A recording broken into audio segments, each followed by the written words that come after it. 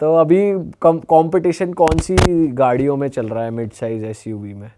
Majorly अगर हम 20 लाख तक की गाड़ी के बारे में बात करते हैं तो लोगों का जो सबसे ज़्यादा जो कन्फ्यूजन होती है ना, वो दो गाड़ियों के जिनके आपने लिए वो है ही क्रेटा, सेल्टोस।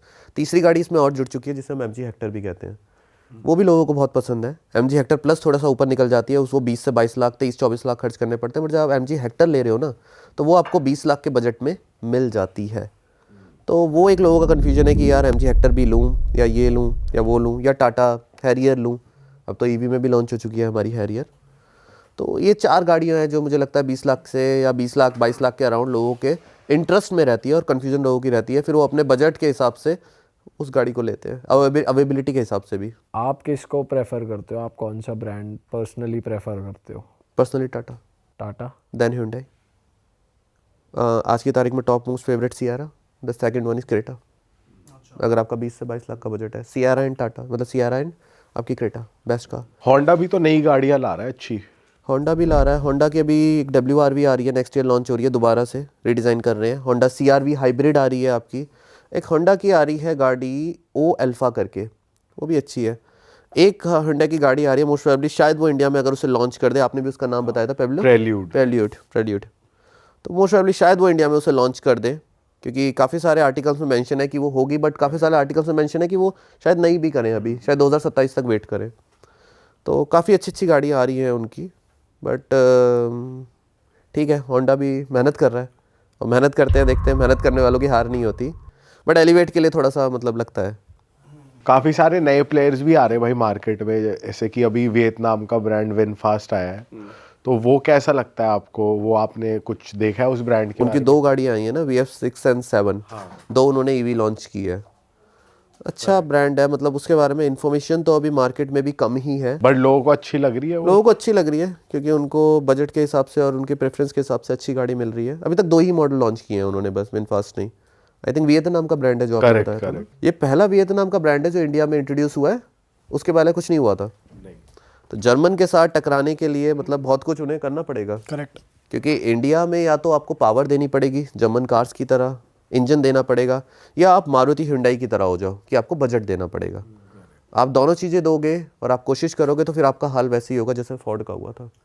आप अपने आप को मार्केट में नहीं इस्टेब्लिश कर पाओगे क्योंकि उनका बजट, वो कहते हैं यार मैं 18 लाख की गाड़ी बेचना चाहता हूँ। फोर्ड कहता है यार मैं 18 लाख की गाड़ी बेचना चाहता हूँ। अब वो कहता है, इंडियन मार्केटिंग टीम कहती है कि यार आप इस प्रोडक्ट को 18 लाख में कोई नहीं लेगा। वो कहता है मैंने इसमें सेफ्टी दी है, ये दिया, कहता नहीं चाहिए। आप एक हैचबैक को 18 लाख बना दो कि कोई नहीं लेगा, आप उसे बनाओ 7 लाख।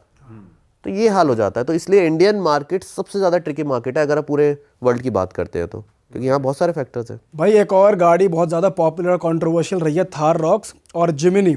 दोनों को लोग कभी कभार कंपेयर भी कर लेते हैं क्योंकि थार का जो बेस मॉडल है उसका जो प्राइस है मोर लेस जिमिनी की तरह ही होता है, उतना ही है। तो कौन सी ज़्यादा बेहतर है अगर कंपेयर किया जाए तो? कौन सी बेटर है? नो डाउट मुझे लगता है कि आई थिंक थार थोड़ा सा अपर रहती है। रीज़न क्या है कि वो बजट के हिसाब से भी अपर रहती है। भाई अगर ऑब्वियस सी बात है, हमारे हनी सिंह ने भी बोला था कि नैनो और रोल्स रॉयस में फ़र्क होता है, तो इतना फ़र्क नहीं है बट फ़र्क है। वो थोड़ी सी अगर बिल्ड क्वालिटी भी देखोगे तो एज़ कंपेरेटिवली उसकी हाइट और उसकी विड्थ और उसकी लेंथ देखोगे तो कंपेरेटिवली थार से कम है। अब मैं सिर्फ थार 3 डोर की बात कर रहा हूँ अभी मैं रॉक्स पे तो आया ही नहीं, क्योंकि रॉक्स से अगर मैं कंपैरिजन करने लगा फिर तो वो कंपेयर करने वाली गाड़ी ही नहीं। और ये भी मैं इसलिए बोल रहा हूँ क्योंकि दोनों का प्राइस रेंज थोड़ी सा सेम सा है, थोड़ा सा इनका सेम है 3 डोर 3 वाली डोर का। का जिमिनी का अब सेम हो गया, रॉक्स के आने के बाद काफ़ी कम प्राइस हुआ है 3 डोर का। पर बहुत लोगों ने ये बोला है कि जिमनी भी बहुत कामयाब है थोड़ी, की ऑफ रोडिंग टाइप और पहाड़ों पे स्नो में जिमनी भी काफ़ी चलती है अच्छे। नो डाउट गाड़ी अच्छी है, बट अगर हम दोनों को सामने खड़ा कर देंगे ना तो मुझे लगता है कि ज़्यादा वोट जो पड़ेंगे वो थार पे पड़ेंगे। उसके मल्टीपल रीज़न है।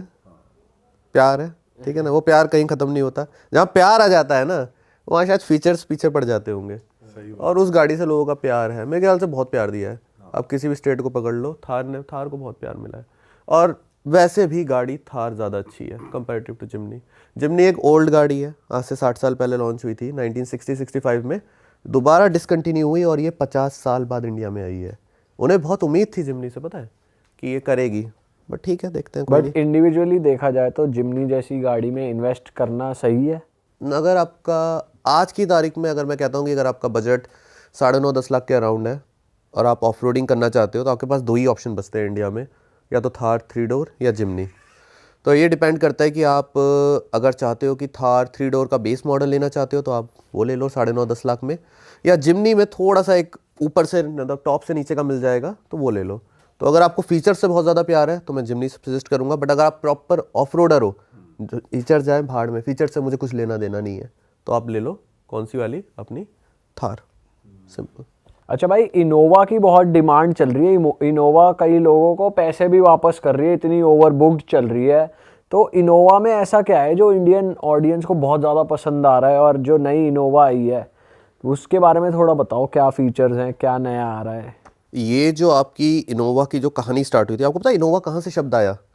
इनोवा जो टोयोटा की जो R&D टीम है, उन्होंने एक शब्द यूज़ किया था, we need to design a car with word innovation. वो इनोवेशन से ड्राइव करके बनाया गया इनोवा। जब ये पहले लॉन्च हुई थी तो इनोवा नाम रखा गया, जब इसके दोबारा नेक्स्ट जनरेशन आई तो इसे क्रिस्टा कहा गया, इनोवा क्रिस्टा। और अब क्रिस्टा से भी जो नई जनरेशन आई है उसे हम कहते हैं हाई क्रॉस।